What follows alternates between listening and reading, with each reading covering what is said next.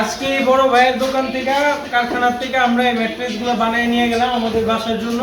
ওনাদের ব্যবহারও খুব ভালো, ইভেন ওনাদের কোয়ালিটিও খুব ভালো দেখলাম। যা মানে এখান থেকে আপনারা রিজনেবল প্রাইসে, খুবই কম প্রাইসে আপনারা একবারে মানে কারখানার দামে নিতে পারবেন। তো ওনাদের লোকেশনে আপনারা আসবেন বা ভাইয়ের সাথে যোগাযোগ করতে পারবেন।